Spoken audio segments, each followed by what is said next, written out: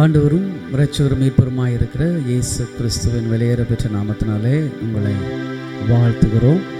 அருமையான கர்த்தருடைய பிள்ளைகளே, நம்ம நியூ கிரேஸ் டிவியின் வாயிலாக ஒவ்வொரு நாளும் அரை சன்ஷைன் காலை ஜெப தியானம் நடைபெற்று கொண்டிருக்கிறது. இந்த ஜெபத்தை அநேகருக்கு அறிமுகப்படுத்துங்க. இந்த ஜெபத்தில் கலந்து கொண்டு கர்த்தருடைய ஆசீர்வாதத்தை பெற்றுக்கொள்ளட்டும். இந்த நாள் கூட இந்த ஆராதனைக்காக நாம் ஜெபிப்போம். இந்த அன்புள்ள ஆண்டவர் இயேசுவை நான், இந்த அன்புள்ள ஆண்டவர் இயேசுவை நான் உந்தன் நாமத்தை போற்றிடுவேன். உம்மை போலொரு தேவனை பூமியில் கண்டேன். உயிருள்ள தெய்வம் நீரே. ஆனந்தம் ஆனந்தமே, அள்ளும் பகலிலும் பாடிடுவேன். ஆனந்தம் ஆனந்தமே, அள்ளும் பகலிலும்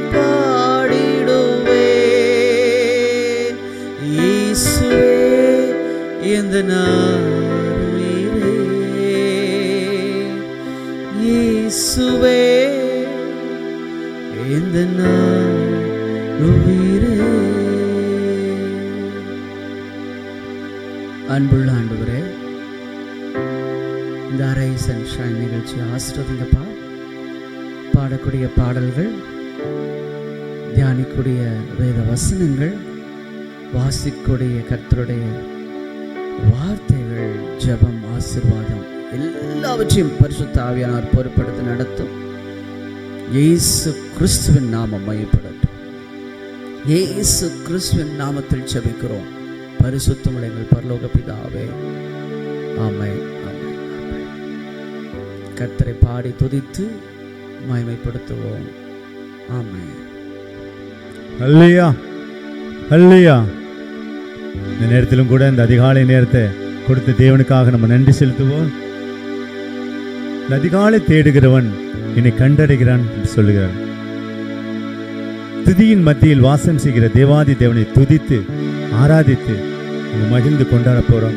இந்த நியூ கிரேஸ் டிவி மூலமா உங்களை சந்தித்து பார்த்து கொண்டிருக்கிற ஒவ்வொரு பிள்ளைகளையும் ஆசீர்வதிக்கும்படி இருக்கும் இடத்திலிருந்து நம்ம துதித்து ஆராதிப்போம், தேவனை மகிமைப்படுத்துவோம்.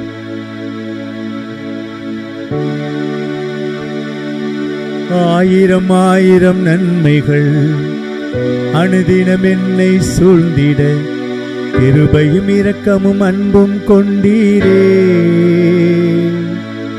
ஆயிரம் ஆயிரம் நன்மைகள் அனுதினம் என்னை சூழ்ந்திட, கிருபையும் இரக்கமும் அன்பும் கொண்டீரே.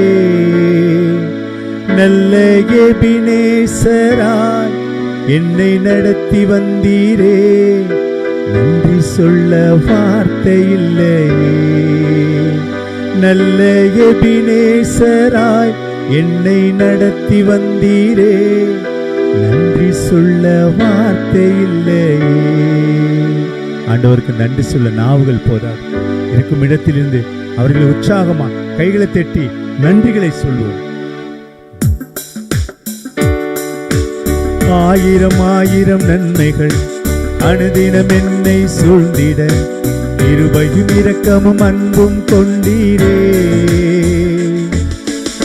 ஆயிரம் ஆயிரம் நன்மைகள் அனுதினம் என்னை சூழ்ந்திட, கிருபையும் இரக்கமும் அன்பும் கொண்டீரே. நல்ல எபினேசராய் என்னை நடத்தி வந்தீரே, நன்றி சொல்ல வார்த்தை இல்லையே. நல்ல எபினேசராய் என்னை நடத்தி வந்தீரே, நன்றி சொல்ல வார்த்தை இல்லையே. காலை மாலை எல்லா வேளையிலும் என்னை நடத்தும் முன் கரங்கள் நான் கண்டேன். காலை மாலை எல்லா வேளையிலும் கரங்கள் நான் கண்டேன். தேவை பெருகும் போதும் சிக்கி தவித்திடாத உதவும் உன் கரங்கள் நான் கண்டேன். தேவை பெருகும் போது சிக்கி தவித்திடாத உதவும் உன் கரங்கள் நான் கண்டேன். எல்லா நெருக்கத்திலும் என்னை வீழாமல் காக்கும் அன்பின் நல்ல கர்த்தரே. எல்லா நெருக்கத்திலும் என்னை வீழாமல் காக்கும் அன்பின் நல்ல கர்த்தரே. ஆயிரம் ஆயிரம் நன்மைகள் அனுதினம் என்னை சூழ்ந்திட கிருபையும் இரக்கமும் அன்பும் கொண்டீரே. நல்ல எபினேசராய் என்னை நடத்தி வந்தீரே. நன்றி சொல்ல வார்த்தை இல்லையே. நல்ல எபினேசராய் என்னை நடத்தி வந்தீரே. நன்றி சொல்ல வார்த்தை இல்லையே. மரண பள்ளத்தாக்கில் நான் நடந்த வேளை மீட்கும் உன் கரங்கள் நான் கண்டேன். மரண பள்ளத்தாக்கில் நான் நடந்த வேளை மீட்கும் உன் கரங்கள் நான் கண்டேன். வாடி நின்ற வேளை மடிந்திடாது என்னை தாங்கும் உன் கரங்கள் நான் கண்டேன். வாடி நின்ற வேளை மடிந்திடாது என்னை தாங்கும் உன் கரங்கள் நான் கண்டேன். எந்தன் மாறாவின் நீரை மதுரமாய் மாற்றும் அன்பின் நல்ல கர்த்தரே. எந்தன் மாறாவின் வாழ்வை மதுரமாய் மாற்றும் அன்பின் நல்ல கர்த்தரே.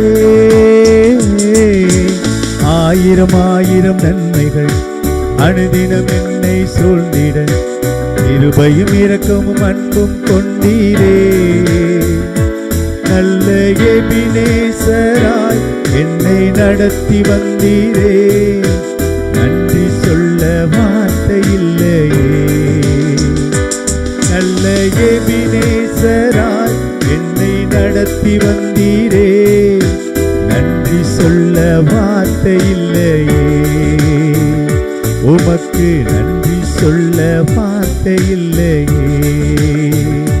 உமக்கு நன்றி சொல்ல வார்த்தை இல்லையே.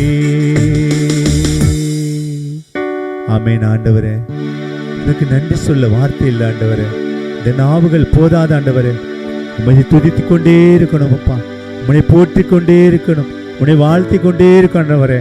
ஆயிரம் ஆயிரம் நன்மைகளை செய்த தேவாதி தேவனே, உமக்கு நன்றி செலுத்துறோம் அப்பா. நன்றி செலுத்துறோம். இந்த நாளிலும் கூட இந்த நியூ கிரேஸ் டியூப்லாம் பார்த்துக்கொண்டு ஒவ்வொரு சகோதர சகோதரிகளும் பிள்ளைகளை நீ ஆசீர்வதிக்கும்படி தாப்பனே, இந்த மாறாவின் வாழ்வை நீ மதுரமாய் மாற்றும்படி உங்கள் கரங்களை ஒப்புக் கொடுக்கிறோம் ஆண்டவரே. வல்லமையுள்ள தேவன், எங்கள் செபத்தை கேட்டு நீ பதில் கொடுக்கிற தேவனாய் இருக்கிறீர் ஆண்டவர். அப்பா ஆண்டவரே, அதற்காக நாங்கள் நன்றி செலுத்துகிறோம். அன்பின் பரலோக பிதாவே, இந்த நாளை முழுவதும் உங்கள் கரங்களை ஒப்புக் கொடுக்கிறோம். எங்களோடு இருந்து எங்களை ஆளுகை செய்யுங்க. எங்களை மறைத்து நீங்க வெளிப்படுங்கப்பா. ஒவ்வொரு நாளும் அதிசயமாக எங்களை நடத்துகின்ற தேவாதி தேவனுக்கு துதி கன மகிமை எல்லாம் உமக்கே நாங்கள் செலுத்துவோம். மீட்பர் இயேசு கிறிஸ்துவின் நாமத்தில் ஜெபிக்கிறோம் ஜீவனுள்ள நல்ல பிதாவே. ஆமென், ஆமென். ஹல்லேலூயா, ஹல்லேலூயா. கர்த்தருக்குள் பிரியமானவர்களே, இன்றைக்கு கூட நாம் வாசிக்க தெரிந்து கொள்ளப்பட்ட வேத பகுதி மத்தேயு 22ஆம் அதிகாரம் வசனங்கள் 35 தொடங்கி 40 வரை. அவர்களில் நியாயசாஸ்திரி ஒருவன் அவரை சோதிக்கும்படி, போதகரே, நியாயப்பிரமாணத்திலே எந்த கற்பனை பிரதானமானது என்று கேட்டான். இயேசு அவனை நோக்கி, உன் தேவனாகிய கர்த்தரிடத்தில் உன் முழு இருதயத்தோடும் உன் முழு ஆத்மாவோடும் உன் முழு மனதோடும் அன்பு கூறுவாயாக. இது முதலாம் பிரதான கற்பனை. இதற்கு ஒப்பாயிருக்கிற இரண்டாம் கற்பனை என்னவென்றால், உன்னிடத்தில் நீ அன்பு கூறுவது போல பிறனிடத்திலும் அன்பு கூறுவாயாக என்பதே. இவ்விரண்டு கற்பனைகளிலும் நியாயப்பிரமாணம் முழுமையும் தீர்க்க தரிசனங்களும் அடங்கியிருக்கிறது என்றார் என்பதே. வாசிக்க தெரிந்து கொள்ளப்பட்ட வேத பகுதி வாசித்தாயிற்று. கர்த்தர் தாமே இந்த திருவசனங்களை ஆசீர்வதிப்பாராக. ஆமேன். இப்பொழுதும் கூட நம் மத்தியில் வந்திருக்கிற பிரதர் டென்னிஸ் அவர்கள் நமக்காக இந்த வேத பகுதியை தியானித்து கொடுப்பார்கள். அவரை நாம் அன்புடன் வரவேற்போம். ஆமேன். ஆண்டவரும் இரட்சகருமாகிய இயேசு கிறிஸ்துவின் நாமத்தினாலே உங்கள் ஒவ்வொருவரையும் வாழ்த்துகிறேன். இந்த நியூ கிரேஸ் டிவி மூலமாக மீண்டும் உங்களை சந்திப்பதிலே நான் மிக்க மகிழ்ச்சி அடைகிறேன். இந்த நாளிலும் கூட நாம் தியானத்திற்கு இந்த எடுத்துக்கொண்ட வேத பகுதி மத்தேயு சுவிசேஷ பகுதி 22ஆம் அதிகாரம் 39வது வசனத்தை நான் வாசிக்கிறேன். என்னோடு கூட சேர்ந்து திருப்பிக் கொள்ளுங்கள். மத்தேயு 22:39. இதற்கு ஒப்பாய் இருக்கிற இரண்டாம் கற்பனை என்னவென்றால், உன்னிடத்தில் நீ அன்பு கூறுவது போல பிறனிடத்திலும் அன்பு கூறுவாயாக என்பதே. இந்த நாட்களிலே நாம் அன்பு எப்படிப்பட்டதா இருக்கிறது? ஆண்டவர் சில காரியங்களை இந்த அன்பு நிமித்தம் நமக்கு நிறைய காரியங்களை போதித்து விதைத்து சென்றிருக்கிறார்.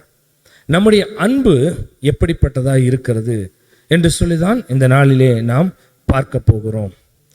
அதற்கு முன்பாக அது முதலாம் கற்பனையாக ஆண்டவராக இயேசு கிறிஸ்து இந்த இடத்திலே சொல்லும் பொழுது, அதே மத்தேயு 22:37 நாம் பார்க்கும் பொழுது, இயேசு அவனை நோக்கி, உன் தேவனாகிய கர்த்தரிடத்தில் உன் முழு இருதயத்தோடும் உன் முழு ஆத்மாவோடும் உன் முழு மனதோடும் அன்பு கூறுவாயாக அப்படின்னு சொல்றாரு. அப்போ அன்பு பிரதானமாய் இருக்கிறது. ஆண்டவராகிய இயேசு கிறிஸ்து என்றாலே அன்புதான். அன்புக்கு பாத்திரராக இருக்கிற ஆண்டவராகிய இயேசு கிறிஸ்து நமக்கு சில காரியங்களை இந்த நாட்களிலே கற்றுக் கொடுத்து சென்றிருக்கிறார். அந்த காரியங்களை நாம் பின்பற்ற கடமைப்பட்டு இருக்கிறோம். நாம் ஒரு சில வார்த்தைகளை குறித்து நாம் இந்த நாளிலே நாம் பார்க்க போகிறோம். அவர் நம்மை அன்பு எப்படி செலுத்த வேண்டும் என்று சொல்லியிருக்கிறார். ஆனால் அவருடைய அன்பு எப்படிப்பட்டது என்று சொல்லி நாம் இப்பொழுது பார்க்கலாமா? என்னோடு கூட திருப்பிக் கொள்ளுங்கள். யோவான் 3ஆம் அதிகாரம் 16வது வசனத்தை நான் வாசிக்கிறேன். யோவான் 3:16. தேவன் தம்முடைய ஒரே பேரான குமாரனை விசுவாசிக்கிறவன் எவனோ அவன் கெட்டு போகாமல் நித்திய ஜீவனை அடையும்படிக்கு அவரை தந்தருளி இவ்வளவாய் உலகத்தில் அன்பு கூர்ந்தார் என்று சொல்லி நாம் பார்க்கிறோம். நன்றாக யோசித்து பாருங்கள். நீங்களும் நானும் அவரை விசுவாசிக்கிற நாம் ஒரு நாளும் கெட்டு போகாதபடி நித்திய ஜீவனை அடையும்படிக்கு, அதாவது இது ஒரு வாழ்க்கை. இந்த வாழ்க்கை நம்ம விசா வாங்கிட்டு வந்திருக்கிறோம்.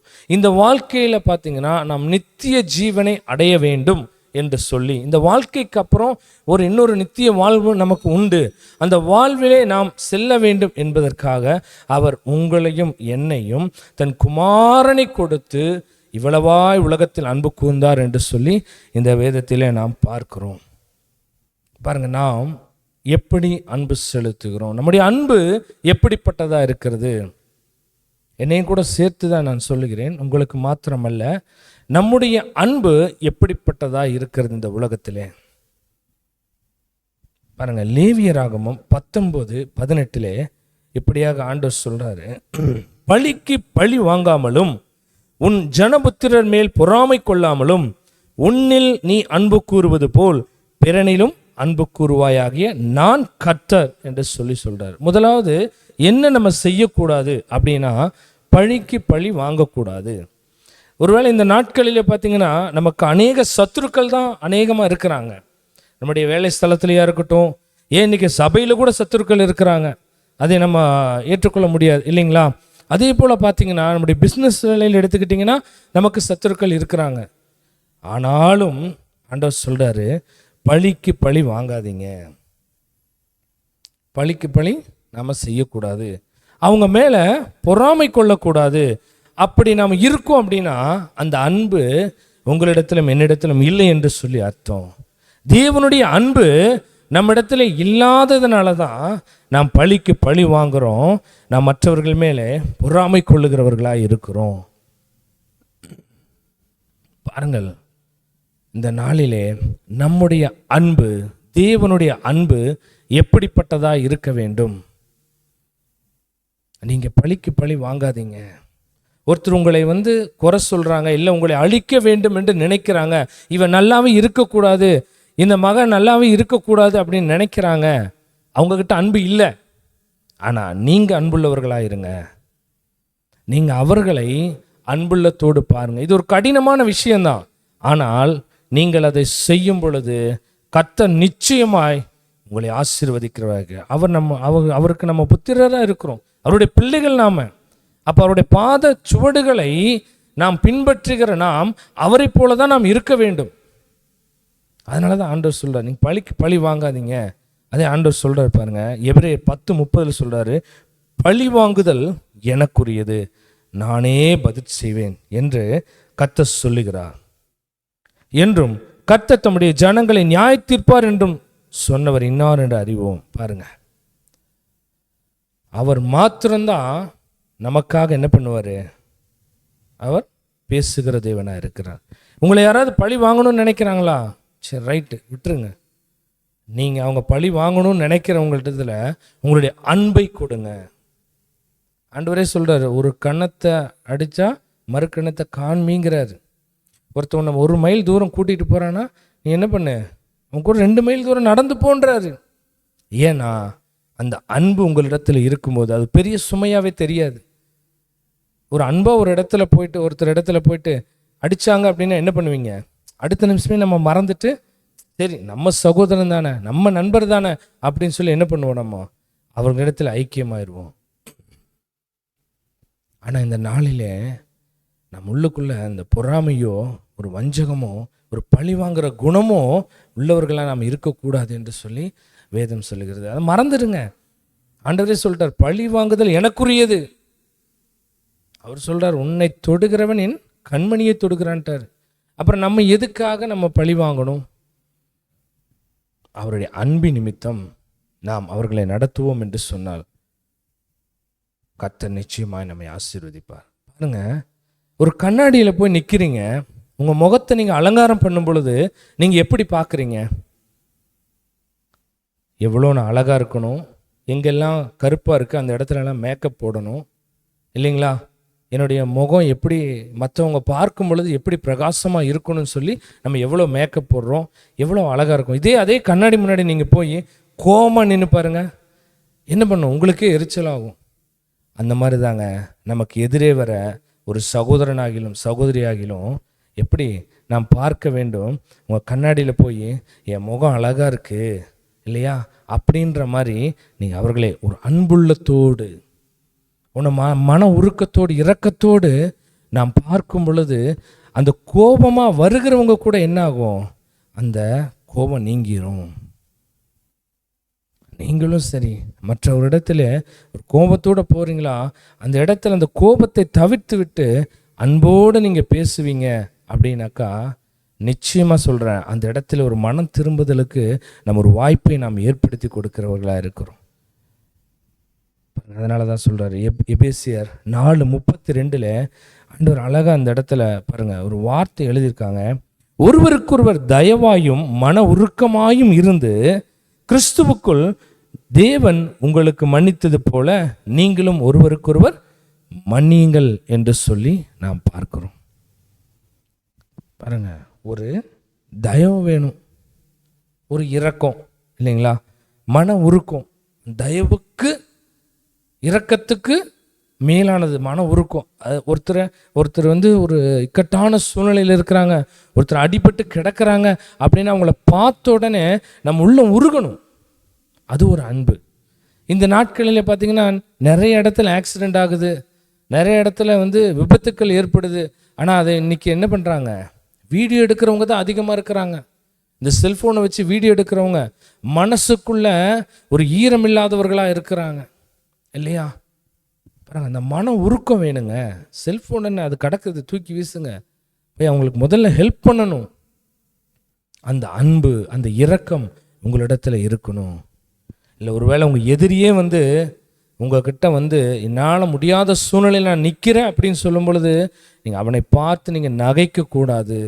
அவர்களை பார்த்து அந்த நேரத்தில் பழி வாங்குகிற எண்ணத்தோடு நீங்கள் பார்க்கக்கூடாது. எனக்கு செஞ்சு இல்லை, இன்னைக்கு உனக்கு எப்படி நடந்திருக்கு பாரு அப்படின்னு நினைக்காதீங்க. அதையும் கர்த்தர் பார்த்து கொண்டு இருக்கிறார். உங்களுடைய அன்பு எப்படிப்பட்டதாக இருக்க வேண்டும் பாருங்க. அந்த இடத்துல அவர்களை நீங்கள் அனுசரித்து என்ன பண்ணணும்? அவர்களை நீங்கள் உபசரிக்கிறவர்களாக இருக்கணும். பாருங்க, ஒரு சின்ன ஓமையை நான் சொல்கிறேன். லூக்கா 10:30-37 வரைக்கும் நீங்கள் வாசித்து பாருங்கள். அதில் பார்க்கும் பொழுது பார்த்தீங்கன்னாக்கா, எருசலேமிலிருந்து எரிகோவுக்கு போகிற வழியில் ஒரு கள்ளர் கையில் அகப்பட்ட ஒரு மனுஷனை நாம் பார்க்குறோம். அந்த இடத்துல பாருங்கள், முதலில் பார்த்தீங்கன்னா ஒரு ஆசாரியன் வராரு. ஆசாரியன் அவரை பக்கமாக விலகி போகிறார் பார்த்துட்டு. அதே போல் அவர் போனதுக்கப்புறம் மறுபடியும் ஒரு லேவியனும் வர்றாரு. அவர் என்ன பண்ணுறாரு? அடிபட்டு கிடக்கிறான்னு பார்த்துட்டு அவரும் விலகி போகிறாரு. பாருங்க, அந்த இடத்துல வருகிற ஒரு சமாரியன் என்ன பண்ணுறாரு? அவரை பார்த்த உடனே அவனுக்குள்ளே இருந்த அன்பு நிமித்தம் அவன் இறக்கப்படுறான். ஷோ, அடிபட்டு இருக்கிறாரு என்று சொல்லி அவரை தூக்கி அவருக்கு எல்லா உதவிகளும் செய்து என்ன பண்ணுறாரு? ஒரு சத்திரத்தில் கொண்டு போய் அவரை விட்டு அந்த சத்திரத்துக்காரனை கூப்பிட்டும் கூட என்ன பண்ணுறாரு? அவன் கையில் இவரை பார்த்துக்கொள்ள, இவருக்கு வேண்டியபடியெல்லாம் செய்யுங்க, பணம் பத்தலைன்னா சொல்லுங்கள், நான் என்ன பண்ணுறேன், நான் மறுபடியும் இந்த பக்கம் வரும்போது உங்களுக்கு கொடுக்குறேன் என்று சொல்லி. அதுதாங்க அன்பு. சும்மா ஏதோ ஒரு பிரச்சனையில் இருக்கிறவங்கள பார்த்துட்டு சரி நான் உங்களுக்காக ஜெபம் பண்ணிக்கிறேன் அப்படிங்கிறது சொல்கிறது ஒரு இது கிடையாதுங்க. அவங்களுக்கு நம்ம கிரியையில் செய்யணும். சரி, உங்களுக்கு என்ன பண்ணணும், வாங்க உட்காருங்க, என்ன ப்ராப்ளம், ஏன் இந்த மாதிரி இருக்கிறீங்க, உங்களுக்கு என்ன சிச்சுவேஷன், வாங்கன்னு சொல்லி அவங்களுக்கு ஒரு சொல்யூஷன் கொடுக்கணும். அட்லீஸ்ட் உங்களுக்கு பணம் உங்கள் கையில் இல்லாவிட்டாலும் அதற்குரிய என்ன பண்ணணும், ஒரு சொல்யூஷனை கொடுத்து அது சம்பந்தப்பட்ட ஆட்களிடத்தில் அவர்களை கொண்டு போய் நீங்கள் உதவி செய்யும்போது நிச்சயமாக சொல்கிறேங்க, கர்த்தர் உங்களை ஆசீர்வதிக்கிறவராக இருக்கிறார். அந்த அன்பு இருக்கிறவனால மாத்திரம்தான் அதை செய்ய முடியும். எனக்கு அன்பான தேவ பிள்ளைகளே, பாருங்கள், அந்த சமாரியன் பாருங்கள், அவங்ககிட்ட என்ன இருக்குது? கஷ்டப்பட்டு அவர் உழைச்சாதான் அந்த காசை அவர் பெற்றுக்கொள்ள முடியும். ஆனால் அந்த பணத்தையும் கூட அவர் சொல்கிறார், திரும்பி வரும் பொழுது என்ன செலவாக இருக்க சொல்லுங்கள், நான் கொடுக்குறேங்கிறாரு. அதுதாங்க அன்பு. பணம் முக்கியம் இல்லைங்க, பணம் முக்கியம் இல்லை, அன்பு இருந்தால் போதும். அன்பு சகல பாவங்களை என்ன பண்ணுமாமா மூடும் என்று சொல்லி நாம் பார்க்கிறோம். அதனால தான் ஆண்டவர் சொல்கிறாரு, மத்தேயு 5:44 சொல்கிறார் பாருங்க, நான் உங்களுக்கு சொல்லுகிறேன், உங்கள் சத்துருக்களை சிநேகியுங்கள், உங்களை சபிக்கிறவர்களை ஆசீர்வதியுங்கள், உங்களை பயக்கிறவர்களுக்கு நன்மை செய்யுங்கள், உங்களை நிந்திக்கிறவர்களுக்காகவும் உங்களை துன்பப்படுத்துகிறவர்களுக்காகவும் ஜெபம் பண்ணுங்கள். நிச்சயமாக சொல்கிறேன், அன்பு நீங்கள் செலுத்தும் பொழுது ஒரு மனுஷனுக்குள்ள மாற்றத்தை தேவன் கொண்டு வருவார். ஒரு சாட்சியை நான் உங்களிடத்தில் பகிர்ந்து கொள்ள விரும்புகிறேன். ஒரு சகோதரன் இருக்கிறாரு. அவர் எப்போ பார்த்தாலும் பார்த்தீங்கன்னா கோபமாகவே தான் இருப்பார். எந்த நேரம் பார்த்தாலும் கோபமாகவே தான் இருப்பார். சில நேரங்களில் கூட என்னிடத்துல கூட வந்துட்டு நான் போய் பேசும்போதெல்லாம் அவர் கரெக்டான பதிலே சொல்ல மாட்டார். அவர்கிட்ட கரெக்டான பதில் இருக்கும், ஆனால் சொல்ல மாட்டார். தெரியல, பார்க்கலாம், நான் கேட்டு சொல்கிறேன் அப்படின்னே தான் சொல்லிட்டு இருப்பார். பாருங்க, நான் ஆண்டவர் இடத்துல உட்காந்தேன், இந்த மனுஷனெல்லாம் ஆண்டவர் நான் என்ன பண்ணுறதுன்னு எனக்கு தெரியல, நீங்கள் அவர் உங்கள் கையில் ஒப்பு கொடுக்குறேன், நீங்கள் பார்த்துக்கோங்க அப்படின்னு சொல்லிட்டு ஆண்டவர் ஒரே ஒரு வார்த்தை, இந்த வசனத்தை எனக்கு நினைவூட்டினார். உன்னிடத்தில் அன்பு கூறுவது போல பிறனிடத்திலும் அன்பு கூறுவாயாக. இதுதாங்க மெயின். இப்போ ஆண்டவர் இந்த வார்த்தை என் உள்ளத்தில் கொடுத்ததுக்கப்புறம் என்ன பண்ண, அடுத்த நாள்லேருந்து அந்த மனுஷன் என்ன கோவப்பட்டாலும் சரி அவரை போய் தட்டி கொடுத்து பரவாயில்ல விடுங்க, பார்த்துக்கலாம், பண்ணிக்கலாம் அப்படின்னு சொல்லி கிட்டத்தட்ட ஒரு 5 வருட காலமாக அவருக்கும் எனக்கும் இருந்த போராட்டத்திலிருந்து இன்றைக்கு அவரும் நானும் ஒரு சிநேகிதர் ஆகும்படியாக, அதே போல் என்னை கண்டாலே அவருக்கு ஒரு எரிச்சல் வரும், ஒரு கோபம் வரும், ஆனாலும் நாம் அன்பு செலுத்துது நிமித்தம் அந்த மகனுக்குள் ஒரு மாற்றம் வந்தது. என்ன, நான் எவ்வளோ பேசினாலும் இவன் அன்பாகவே பேசுகிறானே, இவனுக்கு கோபமே வரமாட்டேங்குதே. அப்புறம் கடைசியில் பார்த்தாரு, இல்லை நம்ம தப்பு பண்ணுறோம். அவருக்குள்ள ஒரு உணர்வு பாருங்கள், அப்படியே அவர் என்ன பண்ணிட்டார், அவருக்குள்ள ஒரு மாற்றம் வந்தது. அந்த மாற்றத்தின் நிமித்தம் பாருங்கள், இந்த நாளில் அவர் என்ன பண்ணுறாருங்க, அவருக்கும் ஒரு கருணை, அவருக்கு ஒரு இரக்கம் வந்துச்சு. உடனே நான் என்ன கேட்டாலும் சரி உடனுக்குடன் யாருக்கு செய்கிறாரோ இல்லையோ எனக்கு செய்வார். தேவன் நம் பட்சத்தில் இருக்கும் பொழுது, அவருடைய அன்பு நமக்குள்ள நிலைத்திருக்கும் பொழுது கர்த்தர் நமக்கு சாதகமாக எல்லாவற்றையும் மாற்றுகிற தேவனாக இருக்கிறார். ஆமென். உங்களை குறித்து ஒருத்தர் எரிச்சல் அடைகிறாங்க, கோபப்படுறாங்கன்னா ஒன்றும் பண்ணாதீங்க. ஆண்டவரே, நீங்கள் எனக்கு சொல்லியிருக்கிறீங்க, உன்னிடத்தில் அன்பு கூறுவது போல பிறனிடத்திலும் அன்பு கூறுவாயாக என்று சொல்லி அந்த கற்பனையை நான் விசுவாசிக்கிற ஆண்டவரே, அந்த மாற்றத்தை அந்த மகனுக்குள்ளே அந்த மகளுக்குள்ளே வைங்கன்னு சொல்லி நீங்கள் ஜெபம் பண்ணுங்க. நிச்சயமாய் கர்த்தர் அந்த மகளுக்குள்ளே பேசுவார், ஒரு மாற்றத்தை ஏற்படுத்துவார். பாருங்க, நம்முடைய அன்பு மாயமற்றதாக இருக்கக்கூடாது. நம்முடைய அன்பு எப்படி இருக்க வேண்டும், எப்படிப்பட்ட அன்பாய் நாம் இருக்க வேண்டும், மற்றவரிடத்திலே நாம் எப்படி அன்பு கூற வேண்டும் என்று சொல்லி ஒரு 3 பாயிண்ட்டை சொல்லிவிட்டு நான் கடந்து செல்ல விரும்புகிறேன். என்னோடு கூட திருப்பிக் கொள்ளுங்கள். 1 பேதுரு 1:22. 1 பேதுரு 1:22 வாசிக்கிறேன். ஆகையால் நீங்கள் மாயமற்ற சகோதர சிநேகம் உள்ளவர்கள் ஆகும்படி ஆவியினாலே சத்தியத்திற்கு கீழ்ப்படிந்து உங்கள் ஆத்துமாக்களை சுத்தமாக்கி கொண்டவர்களாய் இருக்கிறபடியால் சுத்த இருதயத்தோடே ஒருவரில் ஒருவர் ஊக்கமாய் அன்பு கூற வேண்டும். முதல்ல ஆண்டவர் சொல்றாரு, சுத்த இருதயத்தோடு நாம் அன்பு கூற வேண்டும். மத்தேயு 5:8 பார்க்கும் பொழுது இருதயத்தில் சுத்தமுள்ளவர்கள் பாக்கியவான்கள் என்று சொல்லி நாம் பார்க்கிறோம். இருதயத்திலே நாம் சுத்தமுள்ளவர்களாக இருக்கும் பொழுது இந்த சுத்தமான அன்பு என்ன பண்ணும், சுத்த இருதயத்தோடு நாம் அன்பு செலுத்துகிறோம். எப்படி அப்படின்னா, நீங்கள் யாரை பார்க்கும் பொழுது சரி, இப்போ நான் சொன்னேன் பார்த்தீங்களா, ஒரு கண்ணாடியில் போய் நீங்கள் உங்களுடைய அழகை நீங்கள் ரசிப்பது போல உங்களுக்கு எதிராக வருகிற யாராக இருந்தாலும் சரி, அவர்களை பார்த்து ஒரு ஸ்மைல் பண்ணுங்க, அழகாக ஒரு ஸ்மைல் பண்ணுங்க. நிச்சயமாக சொல்கிறேன், அந்த கோபமாக வரவங்க கூட அங்கே மாறிடுவாங்க. அவர்களுக்குள்ள ஒரு மாற்றம். என்ன, நான் அவனை திட்டலாம் இருந்தவன் என்னை பார்த்து சிரிக்கிறானே அப்படின்னு. ஒருவேளை நீங்கள் மற்றவர்களிடத்துல கோவப்பட்டிருந்தீங்கன்னா, இன்றைக்கி சொல்கிறேன், நீங்கள் போய் ஏசப்பா அவங்க மேலே நான் கோவப்பட்டேன், தயவு செஞ்ச மன்னிங்க, இப்போ நான் அவங்களிடத்துல பேசும் பொழுது அவங்களுக்குள்ள ஒரு மன மாற்றத்தை கொடுங்கன்னு சொல்லி நீங்கள் ஜெபம் பண்ணிட்டு போங்க. அந்த உங்களுக்குள்ளே இருக்கிற அந்த அன்பு அந்த மகனுக்குள்ளே கிரியை செய்யும். அல்லேலூயா. நிச்சயமாக சொல்கிறேன், தேவன் சொன்ன ஒவ்வொரு வார்த்தையும் அது உண்மையுள்ளதாக இருக்கிறது. நீங்கள் செயலில் நீங்கள் செயல்பட்டு பாருங்கள். நம்ம அன்பு சுத்த இருதயத்தோடு இருக்கணுங்க. சும்மா சில பேர் பேசுவாங்க, உதட்டில் மட்டும் ஆஹா ஓஹோன்னு பேசிட்டு இருதயத்தில் என்ன பண்ணுவாங்க, அவ்வளோ டம்ப் பண்ணி வச்சுக்குவாங்க. அது கிடையாது அன்பு. பாருங்க, வெளிப்படையாக இருக்கணும். சில பேர் இடத்துல வெளிப்படையாக சொன்னாலே பிரச்சனை தான். ஆனால் அதுக்காக நீங்கள் கவலைப்படாதீங்க, கெட்டவன் ஆயிட்டேன், ஐயோ இப்படி சொன்னதுனால கோச்சுக்கிட்டாருன்னு கவலைப்படாதீங்க. நிச்சயமாக சொல்கிறேன், நீங்கள் அன்பு நிமித்தமாக தான் அவரை கடிந்து கொண்டு இருக்கிறீங்க. அந்த அன்புக்கு உண்டான பிரதிபலனை தேவன் சீக்கிரமாய் அவர்களே உங்ககிட்ட சொல்கிற அளவுக்கு கொண்டு வருவார். ஆமேன். பாருங்க, எதை குறித்தும் கவலைப்படாதீங்க.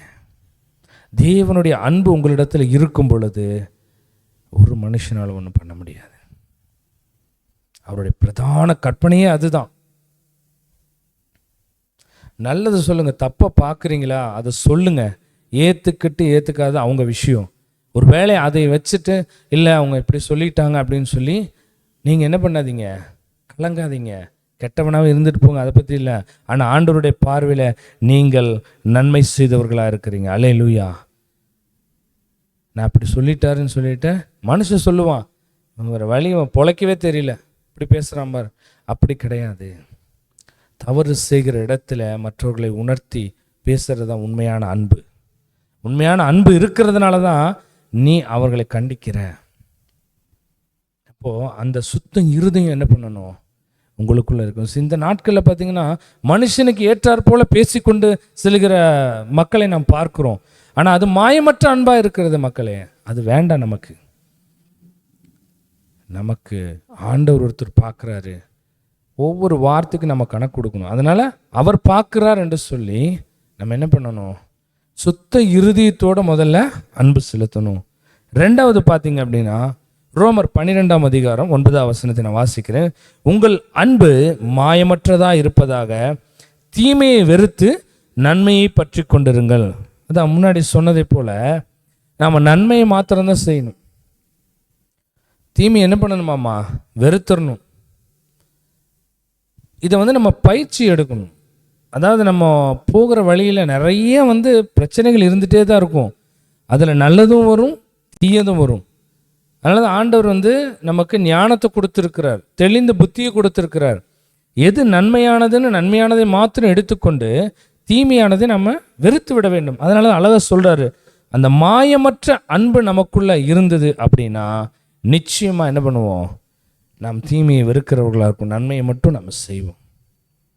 மாயமற்ற அன்பு, அதான் சொன்ன, உள்ளத்தில் உன்னை வைத்துக்கொண்டு வாயில் பேசுகிறது, உதட்டளவில் பேசுகிற ஒரு அன்பு மாயமற்ற அன்பாக இருக்கிறது. அப்படிப்பட்ட அன்பு அது நிலைத்திருக்காது. ஒரு நாள் இல்லைன்னா ஒரு நாள் என்ன ஆகும், நாம் மாட்டிக்குவோம். பல நாள் திருட ஒரு நாள் மாட்டுவான்ற மாதிரி சும்மா உள்ளத்தில் ஒன்று வச்சுக்கிட்டு மனுஷன் முகத்தை பார்த்து நாம் பேசுவோம் என்று சொன்னால் அது மாயமற்ற அன்பாக இருக்கிறது. அப்படிப்பட்ட அன்பு நமக்குள்ள இருக்க வேண்டாங்கிறாரு. அந்த தீமையை விட்டு நீ நன்மையை மட்டும் செய்ய அப்படிங்கிறாரு.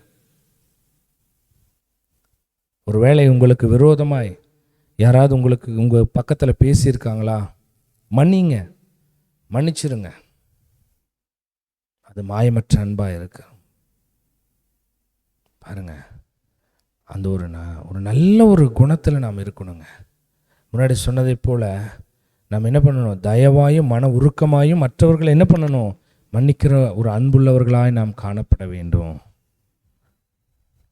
எனக்கு பிரியமானவர்களே, ஒருவர் பார்த்து அவருடைய முகத்தை பார்த்து சிரித்து நடிச்சுட்டு போகிறது உண்மையான அன்பே கிடையாது. அது மாயமற்ற அன்பாக இருக்கிறது. மெய்யாகவே ஒருவேளை உங்களை பார்க்கும் பொழுதெல்லாம் எப்போவுமே ஒரே மாதிரி இருக்கிறாரு அப்படின்னு சொல்கிறாங்க பாருங்க, அப்படி இருக்கணும். ஏன்னா கர்த்தரும் நம்மை பார்த்து கொண்டு இருக்கிறார். நம்மை மற்றவர்களை பார்த்து பேருக்காக நம்ம என்ன பண்ணக்கூடாது, அன்பு செலுத்தக்கூடாது. எல்லாரிடத்துலையும் ஒரே மாதிரி இருந்து பாருங்க, நிச்சயமாக சொல்கிறேன், கர்த்தரும் உங்களோடு இருப்பார். அந்த பிள்ளைகளும் உங்களோடு கூட என்ன பண்ணுவாங்க, நல்ல ஒரு சிநேகித அன்போடு உங்களிடத்தில் இருப்பாங்க. எப்போ உங்களுக்கு இதெல்லாம் தெரியுங்களா? ஒன்று, ஒரு மனுஷன் மரிக்கிற போது அவன் கூட்டத்தை பார்த்து அவர் எப்படி அன்பு செலுத்தினார் என்று சொல்லி நாம் பார்ப்போம். ரெண்டாவது என்னென்னு பார்த்தீங்கன்னாக்கா, உங்களுக்கு ஏதாவது ஒன்று ஆயிடுச்சுன்னு வச்சுக்கோங்களேன், அப்போ தெரியும் உங்களுடைய அன்பு எப்படிப்பட்டதாக இருக்கிறது என்று சொல்லி. அப்போ நம்ம அன்பு மாயமற்றதாக இருக்க வேண்டும். முதலாவது சொன்ன சுத்த இருதயத்தோடு நாம் அன்பு செலுத்துகிறவர்களாக இருக்கணும். ரெண்டாவது, நாம் மாயமற்ற அன்பு கூற வேண்டும் என்று சொல்லி நாம் பார்க்கிறோம். மூன்றாவது, 1 பேதுரு 4:8 வாசிச்சிருக்கேன். எல்லாவற்றிற்கும் மேலாக ஒருவரில் ஒருவர் ஊக்கமான அன்புள்ளவர்களாக இருங்கள், அன்பு திரளான பாவங்களை மூடும். இப்பொழுது சொன்னதை போல நிறைய பேர் உங்களை கோபம் மூட்டுவாங்க. இன்றைக்கி எல்லா இடத்துலையும் அப்படி தான், பொறாமை, போட்டி, பிரச்சனைகள் தான். ஆனால் அது எல்லாத்தையும் என்ன பண்ணுங்க, சகிக்கணும். 1 கொரிந்தியர் 13 பார்க்கும் பொழுது அன்பு சகலத்தையும் தாங்கும், சகலத்தையும் சகிக்கும் என்று சொல்லி நாம் பார்க்கிறோம். 1 கொரிந்தியர் 13:7 பார்க்கும் பொழுது சகலத்தையும் தாங்கும், சகலத்தையும் விசுவாசிக்கும், சகலத்தையும் நம்பும், சகலத்தையும் சகிக்கும். பாருங்க, 4வது வசனம் சொல்லுது, அன்பு நீடிய சாந்தமும் தயவும் உள்ளது, அன்புக்கு பொறாமை இல்லை, அன்பு தன்னை புகழாது, இருமாப்பாயிராது. அந்த 1 கொரிந்தியர் 13 எடுத்து வாசித்தோம் அப்படின்னாலே போதும், அன்பை குறித்து அநேக கற்பனைகளை ஆண்டவர் சொல்லியிருக்கார். பாருங்க, அந்த அப்போஸ்தலனாகிய பவுல் கொரிந்து சபைக்கு எழுதும் பொழுது அவ்வளோ அழகாக எழுதியிருக்கார் இந்த வார்த்தைகளை கொண்டு. அப்போது நம்முடைய அன்பு ஒரு ஊக்கமான அன்பாக இருக்கணும். எப்படின்னா, ஒரு கப்பல் போயிட்டே இருக்குது, அத்தனை பேர்த்த சுமந்துட்டு போகுது. பட் அது ஒரு உயிரற்ற பொருளாக இருந்தாலும் அத்தனை பேர்த்த சுமந்துட்டு போகுது. ஆனால் அந்த ஒரு பிரச்சனை வரும்போது ஒரு நங்கூரம் போட்டோன்னு என்ன பண்ணுதுங்க, அப்படியே நிற்கிது, அந்த இடத்துல அப்படியே நிற்கிது. அது போல் உங்களுடைய அன்பு மற்றவர்களிடத்துல நங்கூரம் போல இருக்கணும். அந்த அன்பு ஒரு ஊக்கமான அன்பாக இருக்கணும். ஏதோ நம்ம கண்ணு முன்னாடி ஒரு பிரச்சனை நடக்குது ஒருத்தருக்கு, அவன் எப்படியோ போனால் போயிட்டு போகிறான் அப்படின்னு சொல்லி நம்ம விடக்கூடாது, இல்லைங்களா? எப்படியோ போனால் போயிட்டு போகிறான்னு சொல்லி விடக்கூடாது. அவர்களுக்கும் பார்த்து, ஒருவேளை உங்களுக்கு விரோதமான சகோதரனாக கூட இருக்கலாம், சகோதரியாக கூட இருக்கலாம், அப்படியே விடாதீங்க. நீங்கள் போய் பேசுங்க, ஐயோ தப்புங்க, அது பண்ணாதீங்க அப்படின்னு. இதுதாங்க அன்பு. இந்த அன்பு தான் ஊக்கமான அன்பு. ஒருத்தரை பார்த்துட்டு எப்படியோ கெட்டுப்போ அப்படின்னு சொல்லி விடுறது அன்பு கிடையாது. அவர்களை பார்த்து என்ன பண்ணணும், அங்கே அவங்க நம்மளை என்ன வேணாலும் பேசட்டும், நீ யார் அதை பேசுகிறதுக்கு, நீ எல்லாம் இங்கே வர்றதுக்கே தகுதி இல்லை, நீ என்கிட்ட பேசுகிறதுக்கே உனக்கு தகுதி இல்லை அப்படின்னு சொல்லட்டும். அப்படி இல்லைங்க, நான் சொல்கிறது ஒரு நிமிஷம் கேளுங்க, நீங்கள் என்ன வேணாலும் நினச்சிக்கோங்க, அதை பற்றி இல்லை, தயவுசெய்து நான் சொல்கிறதுக்கு பண்ணாதீங்க, அவங்கக்கிட்ட பேசாதீங்க, அவங்ககிட்ட போகாதீங்க, அது உங்களுக்கு பிரச்சனையை கொண்டு வரும், வேண்டாம் இந்த காரியத்தில் ஈடுபடாதீங்க, அது உங்களுக்கு பிரச்சனையை கொண்டு வரும்னு சொல்லி நீங்கள் தைரியமாக சொல்லிடுங்க. அவங்க கேட்டு உணர்ந்து கொண்டார்கள் என்று சொன்னால் அவங்க தப்பிச்சுக்குவாங்க.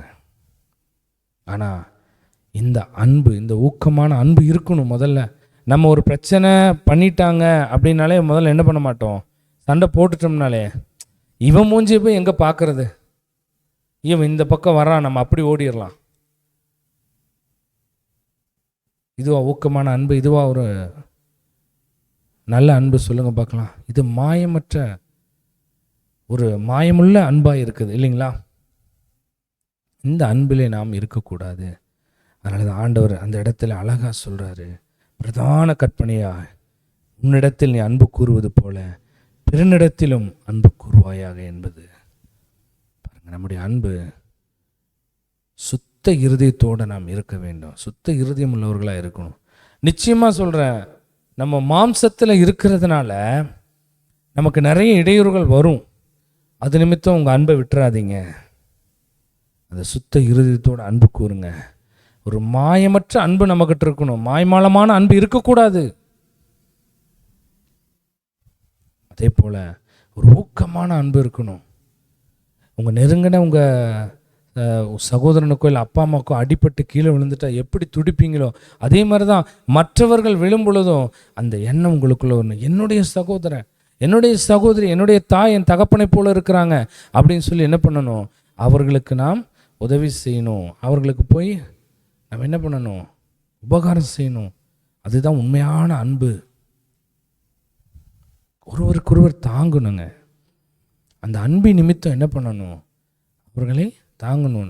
நம்ம விட்டு ஒருவேளை நீங்கள் சில நேரங்களில் பாருங்கள், அவர்கள் நமக்கு விரோதமாக பேசுவாங்க. ஏன் இப்படி பேசுகிறாங்கன்னு நம்ம நினைக்கக்கூடாது. சரி, அவர்களுக்கு தெரியல அதனால் இப்படி பேசுகிறாங்க, சரி நம்ம புரிய வைக்குவோன்னு சொல்லி அந்த அன்பை நீங்கள் அங்கே கொண்டு வாங்க, வெளிப்படுத்துங்க. நிச்சயமாக சொல்கிறேன், கர்த்தர் உங்களை ஆசீர்வதிக்கிறவராக இருக்கிறார். நீங்களும் நானும் அவருடைய பிள்ளைகள் என்கிற தகுதி உள்ளவர்களாக நாம் காணப்படுவோம். அதனால தான் நம் இயேசு கிறிஸ்து நமக்கென்று சில என்ன சொல்கிறார், அடிச்சுவடுகளை விட்டு சென்றிருக்கிறார். அதில் பிரதானமானதான் இந்த அன்பு. இந்த அன்பை கொண்டு இந்த உலகத்தையே ஜெயிக்கலாம். ஆமென். அதனால் நீங்கள் மற்றவர்களிடத்தில் நீங்கள் உங்களை நேசிக்கிறது போல உங்களுடைய சரீரத்தை நீங்கள் எப்படி அலங்கரிக்கிறீங்க, ஒரு கல்யாணத்துக்கு போகும் பொழுது எப்படி நீங்கள் எவ்வளோ அழகாக இருக்கணும்னு நீங்கள் நினைக்கிறீங்களோ அதே போல் உங்களுக்கு முன்னாடி வருகிற உங்கள் எதிராளியாக இருந்தாலும் சரி, அவர்களையும் நீங்கள் என்ன பண்ணணும், நீங்கள் பார்க்கணும், என்னை போல இவங்க இருக்கணும் அப்படின்னு சொல்லி உங்கள் அன்பை அவர்களிடத்தில் விதைக்கும் பொழுது அவர்களுக்குள்ள ஒரு மனமாற்றம் வரும். அன்பு சகல பாவங்களையும் மூடும் என்று சொல்லி பார்க்கிறோம். நீங்கள் அன்பு செலுத்தும் பொழுது அந்த மனுஷனுடைய பாவங்கள் எல்லாம் என்ன ஆகும், மூடப்படும் என்று சொல்லி பார்க்கும். அதனால் அன்பே பிரதானம். ஆகையால் நீங்களும் அன்பு கூறுங்கள். கர்த்தர் நம்ம இடத்தில் அன்பு கூறுகிறது போல நீங்களும் என்ன பண்ணுங்க, அவர்களிடத்தில் அன்பு கூறுங்க. ஒருவேளை ஆண்டவர் பார்த்து, இல்லை மகனே நான் உங்கள்கிட்ட எவ்வளோ அன்பு செலுத்தினேன், நீ பாவத்திலே இருக்கிற அப்படின்னு சொல்லி கைவிட்டார்னா நம்ம என்ன நிலைமைக்கு ஆளாகும், ஒன்றுமே சொல்ல முடியாது. ஆனால் தேவன் நம்ம இடத்துல அன்பு கூறுறது போல் அந்த அன்பை நாமளும் என்ன பண்ணணும், மற்றவர்களுக்கு கொடுக்கணும். இந்த பொறாமை, எரிச்சல், வைராக்கியம் எல்லாத்தையும் விட்டுருங்க, வேண்டாம், அது நமக்கு தேவையே இல்லை. அதனால் இந்த வார்த்தை சொன்னதை போல உன்னிடத்தில் நீ அன்பு கூறுவது போல பிறனிடத்தில் அன்பு கூறுவாயாக என்பதே முதல் பிரதான கற்பனையாக இருக்கிறது. அதனால் நீங்கள் என்ன பண்ணணும், மற்றவர்களிடத்திலே நாம் அன்பு செலுத்துவர்களாக இருக்கும் பொழுது தேவன் உங்களை ஆசீர்வதிப்போம். இந்த நாளிலே நம்ம எல்லோரும் கண்களை மூடி நம்முடைய யாரிடத்துலலாம் நம்ம அன்பு செலுத்தாமல் இருக்கிறோம், இன்னைக்கு யாரிடத்துலலாம் நம்ம கோவப்பட்டிருக்கிறோம், யாரெல்லாம் வேண்டாம் இனிமேல் செத்தாலும் மூஞ்சிலே முழிக்க மாட்டேன்னு சொல்லி நீங்கள் வைராக்கியத்தோடு இருக்கிறீங்க, இந்த நாளில் இந்த தொலைக்காட்சி மூலமாக பார்த்து கொண்டிருக்க தேவ ஜனமே, நீங்கள் அறிக்கை பண்ணுங்க, ஆண்டவரே நான் அந்த மகனை மன்னிக்கிறேன், உம்முடைய அன்பு நிமித்தம் நான் மன்னிக்கிறேன் ஆண்டவரே, நீர் கொடுத்த இந்த பிரதான அன்பு நிமித்தம் நான் மன்னிக்கிறேன் ஆண்டவரே, என்னை நேசிப்பது போல அந்த மகனையும் நான் நேசிக்கிறேன் ஆண்டவரேன்னு சொல்லி நீங்கள் சொல்லுங்க. கர்த்தர் நிச்சயமாய் உங்களை ஆசீர்வதிக்கிறவராக இருக்கிறார், உங்களுடைய சாபக்கட்டுகளை உடைக்கிற தேவனாக இருக்கிறார். ஹல்லேலூயா. Thank you Lord. தகப்பனே, என்னோடு கூட சேர்ந்து இந்த தொலைக்காட்சி மூலமாய் ஆண்டவரே இதோ இந்த செய்தியை கேட்டுக்கொண்டிருந்த ஆண்டவரே, உங்களுடைய பிள்ளைகள் ஒவ்வொருவருக்கும் தேவனுடைய அன்பு பூரணமாக இறங்கினதுக்காக நன்றி ஆண்டவரே. உங்களுடைய கரத்தில் இந்த பிள்ளைகள் ஒவ்வொருவரையும் தாழ்த்தி ஒப்பு கொடுக்குறேன் ஆண்டவரே. எங்கள் அன்பு ஒரு சுத்த இருதயத்தோடு இருக்கணும் ஆண்டவரே, எங்களுடைய அன்பு ஒரு மாயமற்ற அன்பாக இருக்கணும் ஆண்டவரே, எங்களுடைய அன்பு ஆண்டவரே சப்பா சோத்திர ஆண்டவரே ஒரு ஊக்கமான அன்பாக இருக்கணும் ஆண்டவரே. கொடுத்த இந்த நல்ல வார்த்தைகளுக்காக நன்றி. தேவன் தாமே ஆசீர்வதிங்க. ஆகிலும் எங்களுடைய சித்தம் இல்லை தகப்பனே, உம்முடைய சித்தத்துக்கே ஒப்பு கொடுக்கிறோம், இயேசுவின் நாமத்தில் பிதாவே. ஆமேன் ஆமேன். கர்த்தர் தாமே உங்களை ஆசீர்வதிப்பாராக. ஆமேன் ஆமேன். God bless you. இவ்வளவு நேரம் ஆண்டோட வார்த்தை நாம் கேட்டோம் இல்லையா? நாம் கர்த்தரோட பிள்ளைகளே, அன்பு ஒரு காலம் ஒழியாது. நம்முடைய சிநேகம் எப்படி இருக்கிறது, நாம் மற்றொடத்தில் செலுத்துகிற அன்பு எப்படிப்பட்டதாய் காணப்படுகிறது பாருங்க. சமாரியன் அவன் தன்னையே அவன் மறந்தான். தன்னை போலவே அந்த குற்றூராய் கடந்த இந்த மனிதனை பார்த்து அவர் என்ன இனம், என்ன சாதி, என்ன காரியம் எதுவுமே அவர் பார்க்கல.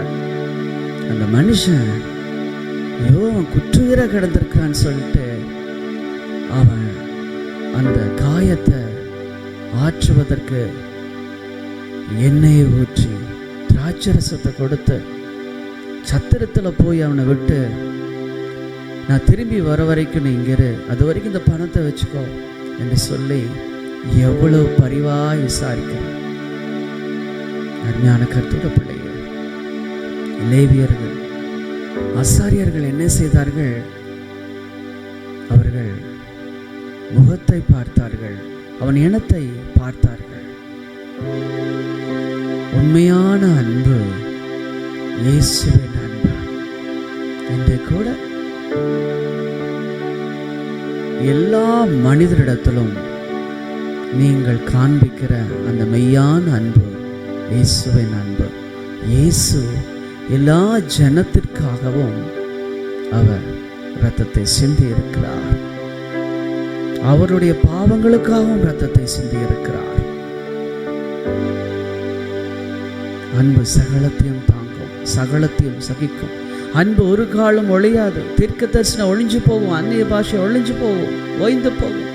நாம் தீர்க்க தரிசனம் சொல்வது குறைவுள்ளது, நிறைவானது வரும் பொழுது குறைவானது ஒழிந்து போகும் என்று வேதம் சொல்கிறது. நம்முடைய அன்பு நிறைவானதா இருக்கணும். தேவ பிள்ளையே, உன்னை போல பிறரே நேசின ஆண்டவர் சொல்வார். கண்களை மூடி நாம் ஜெபிப்போம். அன்பின் பரலோக தகப்பனே, இந்த ஆசீர்வதிக்கப்பட்ட நல்ல நேரத்திற்காக நன்றி. எங்கள் வாழ்க்கையில் எங்களை பரிசோதித்து நாங்கள் பார்க்குறோம். உடைய மாசற்ற கிருபையின் கரம் எங்கள் மேலே அமரட்டும்பா. இந்த புது வருஷத்தில் எங்கள் வாழ்க்கையில் ஒவ்வொரு பரிமாற்றங்கள், ஒவ்வொரு பகுதியிலும் பரிசுத்த தேவனை நாங்கள் வெளிப்படுத்துகிறவர்களாக இருக்கட்டும். இயேசு கிறிஸ்துவின் அன்பை மற்றொருத்தர் சொல்லுகிறவர்களாக இருக்கட்டும். சாட்சியுள்ள வாழ்க்கை இந்த புது வருஷத்துல வாழ கர்த்தர் கிருபை கொடும். ஒவ்வொரு பிள்ளைகளையும் ஆசீர்வதியும், தேசத்தின் தலைவர்களை ஆசீர்வதியும். ஆண்டவரே, ஒவ்வொரு துறையில் இருக்கிற உம்முடைய அரசாங்க தலைவர்களை ஆசீர்வதியும், தேசத்தின் தலைவர்களை ஆசீர்வதியும். தேசத்திற்கு ஒரு சேமத்தை கொடும், நன்மையை கொடும், பாதுகாப்பை கொடும், தலைவர்களுக்கு ஞானத்தை கொடும். தேர்தல்களிலே உமக்கு சித்தமானவர்கள் வரட்டும், நன்மையான காரியத்தை செய்கிறவர்கள் வரட்டும். கர்த்தருடைய கரம் இருந்து வழிநடத்தட்டும். ஆவியானவரே, உங்க கரம் எங்க இந்திய தேசத்தின் மேல் அமரட்டும். நீரே எங்களை ஆசீர்வதியும். புது வருஷம் நன்மையும் கிருபையும் எங்கள் தேசத்துக்கு தொடரட்டும். பாக்கியம் உண்டாகட்டும் அப்பா. எத்தனை அழிவுகள், எத்தனை சீற்றங்கள், இயற்கை சீற்றங்கள், எத்தனை பூகம்பங்களை தாண்டி வந்திருக்கிறோம். எங்கள் தேசத்துக்கு உடைய கரம் மனதுருக்கம் இறங்கி வரட்டும். ஆண்டவர் நேசியும், எங்களை பாதுகாத்துக் கொள்ளும். துதி, கன, மகிமை, ஸ்தோத்திரம், புகழ் எல்லாம் இயேசுப்பா உமக்கே செலுத்தும். இயேசு கிறிஸ்துவின் நாமத்தில் ஜெபிக்கிறோம் பரிசுத்தமுள்ள எங்கள் பரலோக பிதாவே, ஆமென். என் ஆத்துமாவே கர்த்தரை ஸ்தோத்திரம், என் முழுமே பரிசுத்த நாமத்தை ஸ்தோத்திரம். என் ஆத்துமாவே கர்த்தரை ஸ்தோத்திரம், கர்த்தர் செய்த சகல உபகாரங்களை மறவாதே. ஆமென். நம்முடைய கர்த்தராகிய இயேசு கிறிஸ்துவின் கிருபை, பிதாவாகிய தேவனின் அன்பு, பரிசுத்த ஆவியானவருடைய ஐக்கியம் நம் அனைவரோடு மீண்டும் மீண்டும் சதா காலங்களில் நீடித்து நிலைத்திருப்பதாக. ஆமென். ஆமென். கர்த்தர் உங்கள் ஒவ்வொருவரையும் ஆசீர்வதிப்பாராக. இந்த புது வருடம் உங்களுக்கு ஆசீர்வாதமாக இருக்கும், நன்மையாக இருக்கட்டும்னு நான் வாழ்த்துகிறேன். எத்தனையோ அழிவுகளும் இயற்கை சீற்றங்களும் வருகிறது. உங்களே என்னை ஆண்டவர் பாதுகாப்பாராக. அதுதான் நம்மளுடைய ஜெபம். உலகத்தின் சூழ்நிலைகள் மாறுபடலாம், ஆனால் ஆண்டவருடைய இரக்கம் நம்ம மேல இருக்குது. சோர்ந்து போக வேண்டாம். God bless you. God be with you. கர்த்தர் பெரிய காரியங்கள் நம்ம வாழ்க்கையிலே செய்வாராக. நாளை சந்திப்போம்.